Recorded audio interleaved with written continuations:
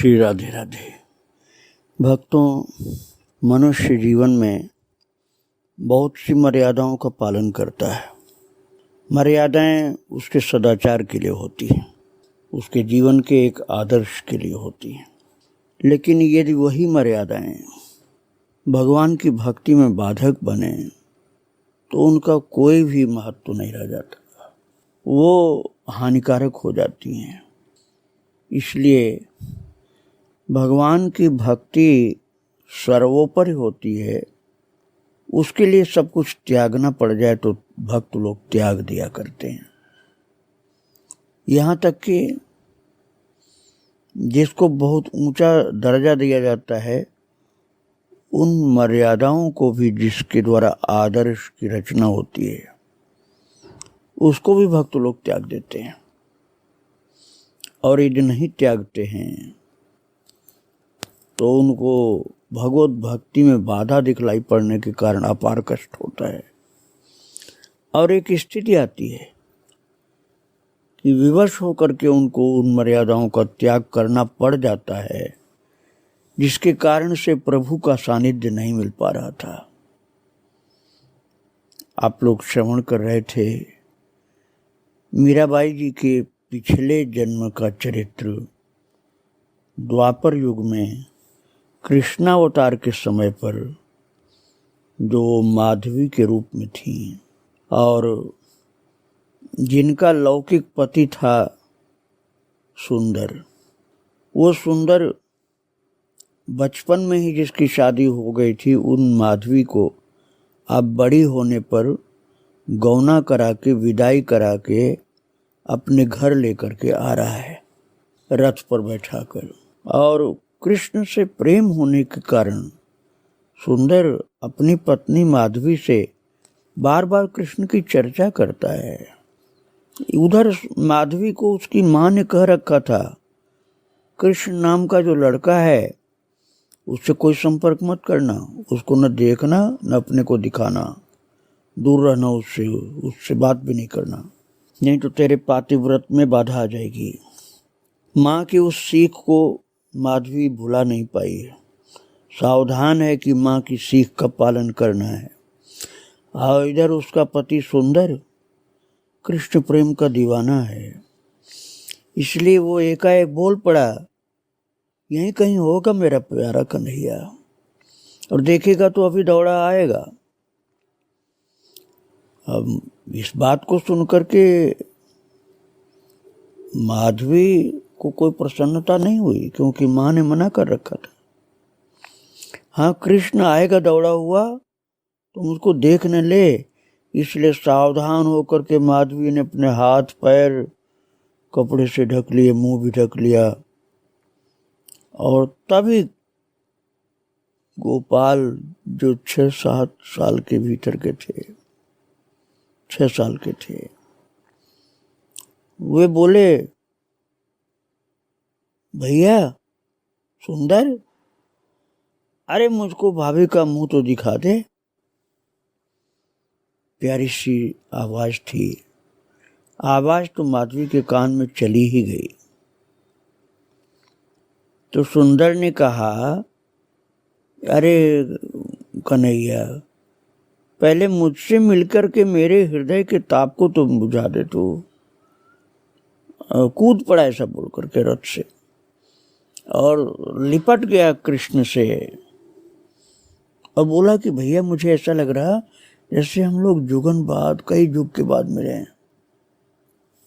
अरे कृष्ण, जहाँ तेरी चर्चा न हो वहाँ तो विधाता कबहू भी वास न दे हमको। कभी भी हमको ऐसी जगह वास न मिले जहाँ तुम्हारी चर्चा न हो। अर्थात तुम्हारी चर्चा के बिना मुझे कोई भी लोक भी नहीं चाहिए। तो कृष्ण ने कहा, अच्छा अब तो बहू को दिखा दे, अब तक तुम गले मिल रहा था मुझसे, अब उसको भी तो दिखा, कैसी है बहू।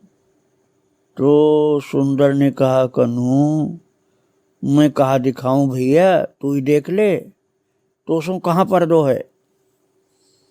अब ये ब्रज की बोली भक्तों, तात्पर्य ये है कि सुंदर ने कहा, अरे भाई कृष्ण, मैं तुझको क्या दिखाऊं, तू खुद देख ले। अरे तुझसे कोई पर्दा है क्या? तो माधवी को लगा कि जो बालक कृष्ण है जिससे बात कर रहे हैं मेरे पति, वो तो लगता है कि रथ पर चढ़ाया। अब आप लोग समझ ही गए होंगे कि सुंदर की उम्र ज्यादा है। कृष्ण 6 साल के हैं और सुंदर कम से कम 16-17 साल का होगा, 10-12 साल बड़ा होगा। लेकिन कृष्ण से अत्यधिक प्रेम है, इसलिए दोस्ती है, मित्रता है। माधवी को लगा कि बालक रथ पर चढ़ाया और बाल कृष्ण रथ पर चढ़ करके बोले, ए भाभी, अपना मुख तो दिखा मुझे। और ऐसा बोल करके लीला पुरुषोत्तम कृष्ण मर्यादा कहाँ ध्यान देते हैं।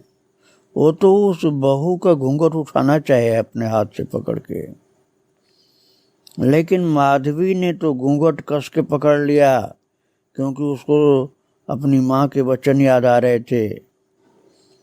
अरे मुख तो मुख, अपनी उंगली का पोर भी देखने नहीं दिया माधवी ने, पकड़ के कस के पूरे शरीर को अपनी साड़ी से ढक लिया था। और जब कृष्ण नहीं देख पाए माधवी के न हाथ को, न पैर को, न मुंह को, पूरा ढक लिया था उसने अपने आप को, तो प्रभु के मुख से निकला, मैं कहा देखूं, अब तो तू ही मेरो मुख देखबे को तरसेगी। अर्थात मैं अब क्या तुझको देखूं, जब तू अपने को इतना बंद कर रखी है। अब तू ही मेरा मुख देखने को तरसती रहेगी और नहीं देख पाएगी, परेशान होगी, दुखी होगी, पीड़ित होगी। तू तरसेगी अब मेरा मुख देखने को। ऐसा कह करके कृष्ण रथ से नीचे उतर गए। और जब नंदसुवन रथ से कूद गया नीचे, तो भक्तों, जो वो प्रभु ने बोला था ना कि मैं कहा देखूं, अब तू ही मेरा मुख देखवे को तरसेगी। महाराज, वो आवाज जो थी वो एक अलग प्रकार की आवाज थी। माधवी चौंक पड़ी उस आवाज को सुनकर, क्योंकि यह स्वर न तो उसके पति सुंदर का था और न उस बाल कृष्ण अर्थात उस बालक का भी नहीं था, बल्कि वो गंभीर स्वर मानो सत्यता की साक्षी देता था। और आवाज ऐसी जो आई थी, मैं कहा देखूं, अब तो तू ही देखे, अब तो तू ही मेरो मुख देखवे को तरसेगी। इसमें आवाज में बड़ी गंभीरता थी, गूंज थी, एक ऐसी अद्भुत आवाज थी जो बालक के नहीं हो सकती है। और भक्तों, जब माधवी अपने को नहीं दिखाई, साड़ी से ढक रखा हाथ मुंह पैर सब कुछ, तो माधवी तो अपनी जीत पर प्रसन्न थी। कृष्ण को न देखा न देखने दिया। और भगवान कृष्ण बोल गए कि अब तू मुझको देखने को तरसेगी। कान में वो स्वर गूंज रहे थे उसके, लेकिन अभी तो माँ की बात याद आ रही है, इसलिए जीत मान रही थी कि मैं जीत गई। बालक को देखने नहीं दिया, न देखा मैंने उसको। और जब अपनी ससुराल के घर में अपनी सास के पास पहुंची है वो, तो भक्तों वहां तो सब कृष्ण प्रेमी थे नंदगांव में, इसलिए उसकी सास भी सबसे पहले एक ही बात सोची कि बहू को मैं ले चलूं नंद भवन में और नंद रानी को प्रणाम करवा लाऊं, जिससे इसका जीवन सफल हो जाए।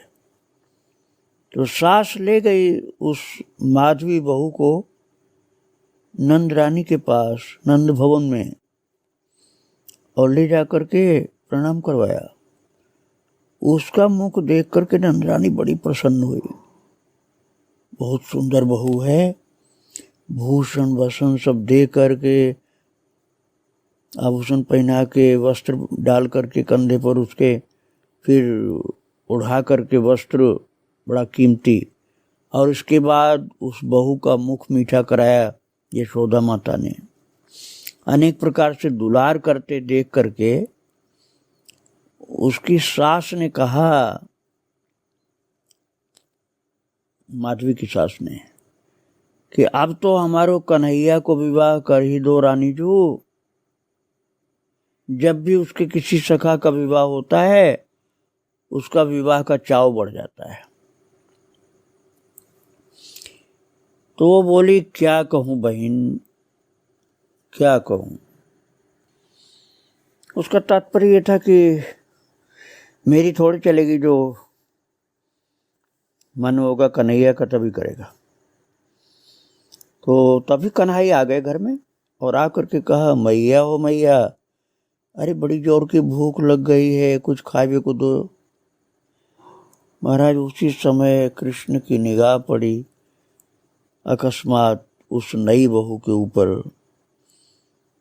तो अभी पहले तो रास्ते में देखे थे ना, अब घर के अंदर देखा आपने, तो पूछ बैठे, मैया ये कौन सी बहू है, किसकी बहू है। तो माँ ने कहा, आजा मेरे पास, इसका मुख मैं तुझे दिखाऊं, कैसे सुंदर चांद तो मुख है आपको, तेरे सखा सुंदर की बहू है। मैया ने पुकारा है कहके। अब तो प्रभु को सब पता कि सुंदर की बहू तो वही है जो रास्ते में मिली थी और मुझे देखने भी नहीं दिया, न अपने को दिखाया न मुझे देखा। तो कृष्ण थोड़ा सा आवाज बदल के गंभीरता में बोले, अच्छो अच्छो, तो ये सुंदर की बहू है। अच्छा, वही जो अकड़ करके देखने नहीं दी। तो भगवान बोले कि अभी ना मैया, अभी मुझको सखान के साथ कहूँ जानो है, अर्थात मैं अभी सखाओं के साथ कहीं जा रहा हूँ, मैं सुंदर की बहू का मुंह भी नहीं देख पाऊंगा। और वे मुड़ करके जब जाने लगे तो मैया बोली कि अरे कुछ खा करके तो जा, उसको भूख लगी है। मैया तो पुकारती रह गई, लेकिन कृष्ण तो चले गए भक्तों। न जाने आपको कहा शर्म लगी। अब यशोदा के मुंह से शब्द निकला, कहने लगी, ये नई दुल्हन को तो मुख देखने को सदा आतुर रहता था, और इसको क्यों नहीं देखना चाहता है सुंदर की बहू को, क्या इसको क्यों शर्म लग रही है। अब मैया को ये बात तो पता नहीं है कि रास्ते में कृष्ण उसको देखना चाहे थे, तो वो अपने को ऐसे ढक लिया कि देखने ही नहीं दिया। और प्रभु ने कह दिया था कि मैं अब क्या देखूं, तू ही मुझको देखने को तरसेगी। ये सब बात तो बाहर हो चुकी थी यशोदा के पास आने के पहले ही, लेकिन यशोदा को तो ये सब मालूम नहीं था। तो यशोदा आश्चर्य में पड़ी है कि वैसे तो गांव में जो भी नई दुल्हन आती है उसका मुख कर कृष्ण जरूर देखता है, लेकिन ये सुंदर की बहू माधवी को कृष्ण क्यों नहीं देखना चाहता है। थोड़ा सा उदास से होकर के बोल रही थी। और भक्तों, माधवी को तो माँ की शिक्षा याद थी। वो तो गोचारण का समय होते ही घर के अंदर कहीं छिप करके बैठ जाती थी। माधवी को लगता था कि कृष्ण की आवाज न सुनाई पड़ जाए, माँ ने मना किया है। उंगली कान में डाल लेती थी जिससे सुनाई न पड़े, छिप के बैठती। ऐसा वो प्रत्येक शाम को करती थी जब कृष्ण आते थे गौचारण करके। जल भरने ऐसे समय जाती जब घाट सूना होता, कृष्ण न मिले। इतने पर भी घर में सबको, घर में क्या बाहर भी, हर जगह कृष्ण का नाम सुनती थी वो। माधवी बड़े आश्चर्य में होती जब वो देखती कि लोग कृष्ण की चर्चा करते हैं। जहाँ देखो कृष्ण की ही चर्चा होती है। जल भरने जाए तो घाट पर चर्चा होती है कृष्ण की।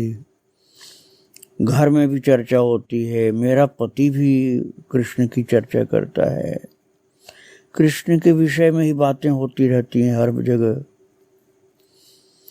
ब्रज भर के सभी जनों के कृष्ण के गुणगान का व्यसन हो गया था।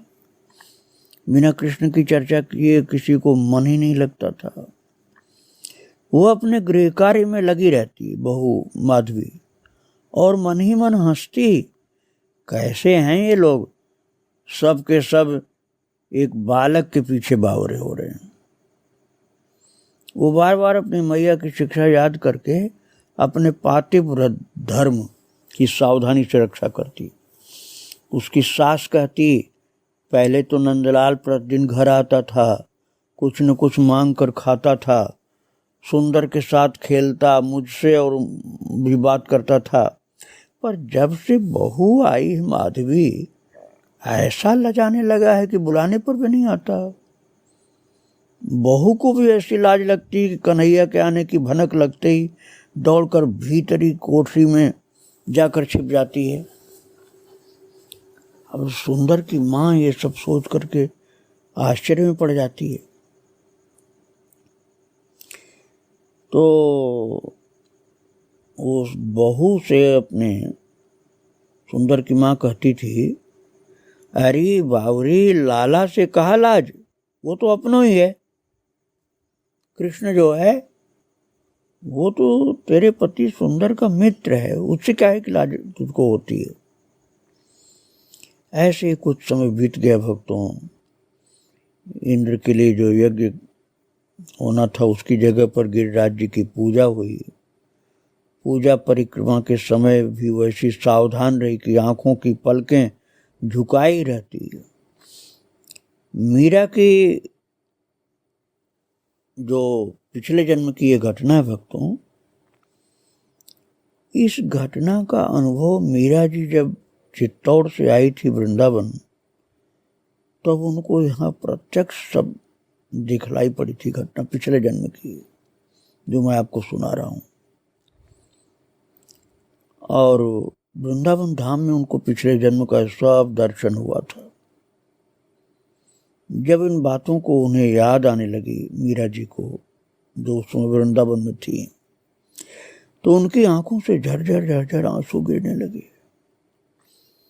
और अपने को पूर्व जन्म की माधवी के रूप में देख करके वो रोने लगी और कहने लगी, आह कैसी प्राणघाती शिक्षा मैया की थी, और मेरी कैसी मूढ़ता थी कि मैं अपने प्रभु से नहीं मिल रही थी और छिप जाती थी।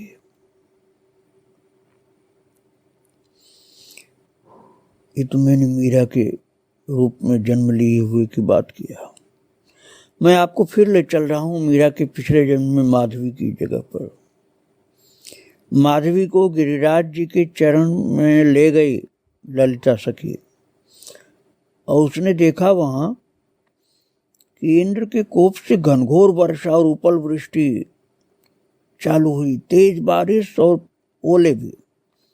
मानव पशु सब अत्यंत बेहाल, लगता था कि प्रलय उपस्थित हो गया। किसी को किसी और भी सुरक्षा नहीं दिखलाई पड़ रही थी। गाय बछड़े बैल डकरा रहे थे। करुण स्वर में प्रत्येक जन पुकार रहे थे, कन्हैया कन्हैया, लाला, कनु, अरे भैया श्याम सुंदर, कृष्ण बचा ले, नहीं तो हम सबकी मृत्यु हो जाएगी। और भक्तों, जब सब कह रहे थे कि ब्रज का नाश हो जाएगा इंद्र के कोप से, रो रहे थे लोग आंधी पानी के भयानक रौ में। और तभी वो गंभीर ध्वनि सुनाई पड़ी प्रभु की, प्रत्येक प्राणी प्रत्येक जन को सुनाई दी, गिरिराज तलहटी में चलो, वही हमारे प्राण की रक्षा करेंगे। जो कहीं भी था भाग करके गिरिराज जी की चरणों में पहुंचा। माधवी भी भाग रही थी उस समय। प्राण के संकट के समय लाज घूंघट का स्मरण किसको रहता है। सबके साथ वो भी गिरिराज के नीचे पहुंच गई। जब थोड़ा ढाढ़स बंधा, ढाढ़स बंधने पर उसने देखा कि सबके सिर पर गिरिराज गोवर्धन छत्र की भांति तने हुए हैं और पानी की एक बूंद भी नहीं टपक रही है। पर ये गिरिराज गोवर्धन किसके द्वारा आश्रय पा करके आकाश में ठहरे हुए हैं। चारों तरफ माधवी की निगाह घूमने लगी, कौन है जो गिरिराज गोवर्धन को उठा रखा है। तब उसकी घूमती हुई दृष्टि एक छोटी सी कनिष्ठिका उंगली पर दिखलाई पड़ी। कनिष्ठिका उंगली पर दृष्टि पड़ी उसकी, वो कनिष्ठिका उंगली जिस पर गोवर्धन टिका हुआ था। ऐसी सुंदर अद्भुत शोभा वाली उंगली, और वो हाथ जिसमें उंगली है उसकी कैसी शोभा है। आश्चर्य से अभिभूत दृष्टि महाराज उंगली से हाथ पर आई, हाथ से भुजा पर आई और नीचे उतरने लगी। और तब तक उसने देखा भुवन मोहन कृष्ण के मुखारविंद को। और माधवी ने जब कृष्ण का मुखारविंद देखा, वो छवि देखा, एक नजर में जो देखा जा सका सोई बस नेत्रों के पथ से उस रूप समुद्र ने उमड़ कर हृदय को लबालब भर दिया। मन बुद्धि न जाने किशोर भाग छूटे। 7 दिन कब बीत गए इसका ज्ञान किसी दूसरे को भले हो, लेकिन माधवी को इसका ज्ञान नहीं हो पाया। 7 दिन उसी मंगल में पवित्र अद्भुत दिव्य छवि को माधवी एकटक देखती रही।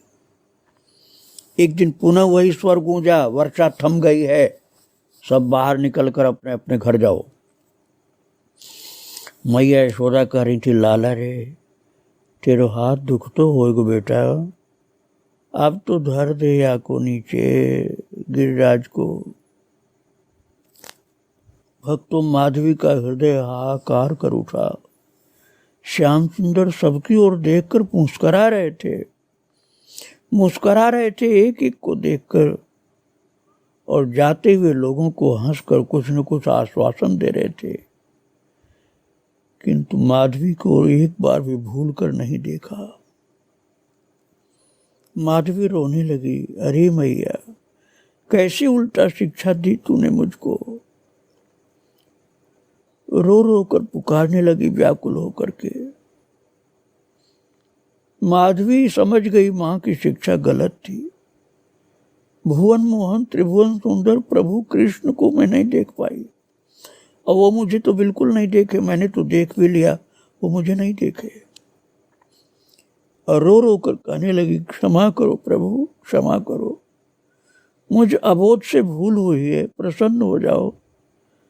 कहो मैं क्या करूं, जिसमें तुम प्रसन्न हो जाओ वही करूं। अब ये माधुरी मूर्त आंखों से दूर न हो, ऐसी कृपा करो नाथ, कृपा करो। वो जहां खड़ी थी वहीं गिर पड़ी भक्तों, और रोने लगी, मेरे अपराध क्षमा कर दो। भक्तों, अब की बार सरस मीठी वाणी कानों में सुधा सिंचन करने लगी, और उसे सुनाई पड़ा है, भूल मान गई है, अपनी भूल समझ में आ गई तुमको, अतः दर्शन तो होंगे ही नित्य, पर लीला में सम्मिलित नहीं हो सकोगी। परिमार्जन के लिए, जो तुमसे भूल हुई उसके परिमार्जन के लिए कलिकाल में जन्म लेकर के भक्ति पथ का अनुसरण करने पर शुद्ध होकर मुझसे मिल जाओगे। माधवी ये शब्द सुनकर अचेत हो गई, और बहुत देर तक अचेत रही भक्तों। और जब होश में आई है तो बस प्रभु की वही झांकी उसके मन मस्तिष्क हृदय में घूमने लगी, और वो कान में स्वर गूंजने लगे कि कलयुग में तुमको जन्म लेना होगा और भक्ति पथ का अनुसरण करना होगा, तब शुद्ध होकर मुझ में तुम मिल जाओगे। इसी मंगलमय स्वर को कानों में जो गूंज रहा था, सुन सुन करके प्रेम विभोर हो करके रो रही थी। धन्य माधवी, तो कलयुग के जीवों का उद्धार करने के लिए मीरा बनकर पैदा हुई। हे मां, तुम्हारे चरणों में अनंत बार प्रणाम। जो जीवों के कल्याण के लिए मीरा बनकर पैदा हुई। तुम्हारे आगे के चरित्र को फिर मैं सुनाऊंगा। आज तुमको यहीं प्रणाम करके विराम दे रहा हूं। श्री राधे राधे। जय श्री राधे राधे।